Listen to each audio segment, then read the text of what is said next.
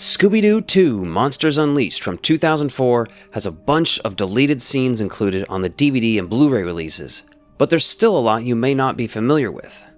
Today we're going to start by taking a look at the deleted scenes that are included on the physical media releases. Then we'll switch gears and get into lost footage and stuff revealed in just the past few years. Let's get into this thing. Scooby-Doo 2 Monsters Unleashed has a reputation among certain fans as being an improvement on the first film.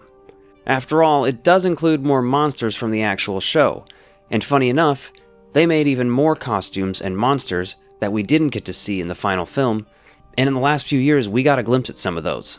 But let's start with the deleted scenes from the DVD and Blu-ray first. Most of these don't have completely finished VFX as stated by the director on the commentary for the deleted scenes. This first deleted scene is called Wickles Hallways, and it's Shaggy and Scooby searching the Wickles mansion.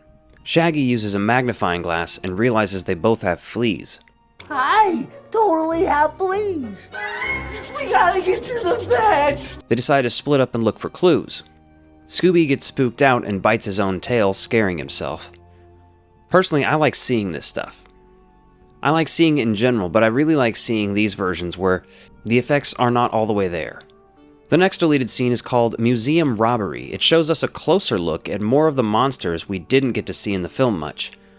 The scene features two security guards, one creeps up on the other one and shocks him, which is fitting, and it kind of is called back to in a second with the 10,000 volt ghost, who by the way shows up, short circuits the security system. According to the director, this was cut because of too much expositional dialogue. You don't need all this to explain what the villain is doing, we kind of get the picture. Although it is kind of a funny scene, and it was originally the 10,000 volt ghost's introduction to the film. Then we have a deleted scene called West Side Pickleaculas, which is an extended version of Shaggy and Scooby's visit to the faux ghost. A strange man questions them, and Shaggy explains that they are the West Side Pickleaculas. We are the world famous West Side Pickleaculas. 50% pickle, 50% Dracula. He buys their story and admits to being the cotton candy glob. It's mildly entertaining, but overall I understand why it was cut. Next up, a scene called Psycho Street has Shaggy talking about their encounter with Patrick Wisely. He was working both sides of Psycho Street. And Scooby doing an impression of him. And this is short enough I feel like you could have left it in. I think it's funny, and I like to see Scooby-Doo doing silly shit. Then we have a scene called Lil Skelly Fella, which is a scene with Scooby being chased by the Skeleton Men. It's just an early CGI rendering at this point, but it's Scooby being chased by the skeleton dudes. Kind of hand in hand with this one, a scene called Skelly Gun shows one of the skeleton men reshaping the other into a machine gun to assault Velma. They fire it at her and miss every shot in a very cartoonish manner. Out of both of these Skelly Guy cutscenes, I think I prefer the Velma one. I like that one a little bit more. But also the other one's a little earlier in production. It's completely CGI, you know? The last one is called I Love You, Scoob. This one is an emotional moment between Shaggy and Scooby. They split a Scooby snack and tell each other they love each other. I can't handle emotional moments between Shaggy and Scooby. I tear up, so I'm glad this was cut. I'm serious. I cry when Shaggy and Scooby have that moment about being best buds in the first movie. I cried in Scoob when Shaggy gave Scoob a collar. I'm not sure that if I keep talking about these scenes that I won't cry right now, so let's move on. Now here's where things get interesting. In my last video about the R-rated cut of the first movie, I mentioned JB and Millie, a channel on YouTube that conducted interviews with some of the cast and crew of these films. In those interviews, we got some interesting sneak peeks at stuff we didn't see in some screen tests. So let's take a look at some of that. Footage of the Creeper from the original series.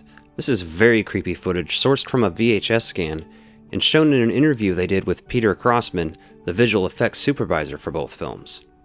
Well, holy crap, these practical effects are amazing just to see raw. It's just impressive. We briefly see the Witch Doctor ghost from the original series, which looks absolutely incredible. It's one of the most iconic designs from all the different shows and movies. We also see a different version of the Miner 49er. They used UV lights to make him glow on set for screen tests, which they did for numerous ghosts you'll see. The Ghost Clown, for example, another one cut from the film. I think because it's just too terrifying for kids. Chickenstein even makes a test appearance here, looking like, Chickenstein, I guess. Again, I just have to say the mix of practical and CGI effects for this film, nothing short of masterwork. A pumpkin monster sort of based on the Headless Horseman from the series, but it's also sort of unique. I like the design of this creature, so, I mean shit, I'd watch it.